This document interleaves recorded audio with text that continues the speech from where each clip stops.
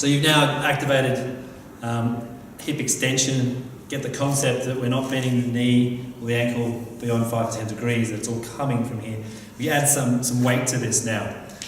A good weight to start with is 12 to 16 kilos. Our feet shoulder width apart, in between that kettlebell there. To begin and pick up the kettlebell, it's safe to go down and to squat to pick that up. Both hands, keeping it close to you and lift up. And we're going to set the shoulders down towards the butt. Knee is bent 10 degrees, ankle is bent. And we're going to go forward like this, letting this hang here, and then coming up like so. Forward, and then up. If I looked at it from the side, you'll note I maintain the whole time. Upright posture with the head touching that bar. Knees don't bend more than 10 degrees. And I flex at the hip and I extend at the hip like so. Flex at the hip and extend at the hip like so. To progress this, a one-armed deadlift on one leg is a really great way of identifying a sidedness, so one hip extension that's better than the other. So taking that bar and holding it in the small of your back, like so, is a great reference point.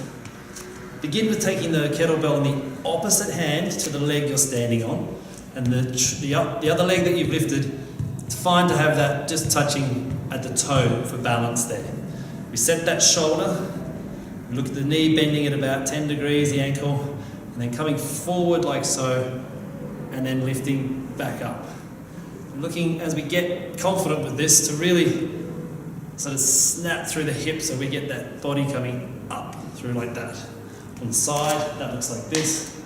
Shoulder set, bending at the hip, and then straight up.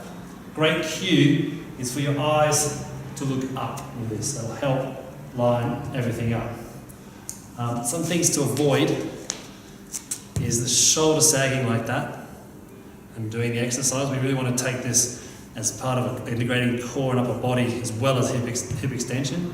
So set the pelvis, the shoulder straight, and just let the weight hang in a stable shoulder, and like so. You can swap arms to develop the same sidedness. Again, we're just doing exactly the same exercise. And you want to identify the side, either the side that's weaker, and work that until we get it. This is not an exercise that develops power per se, but more activating the hips so that when we later go to using weight to increase the power, one, we know what we're doing in terms of muscle activation, and two, any sidedness or asymmetry has been sorted out.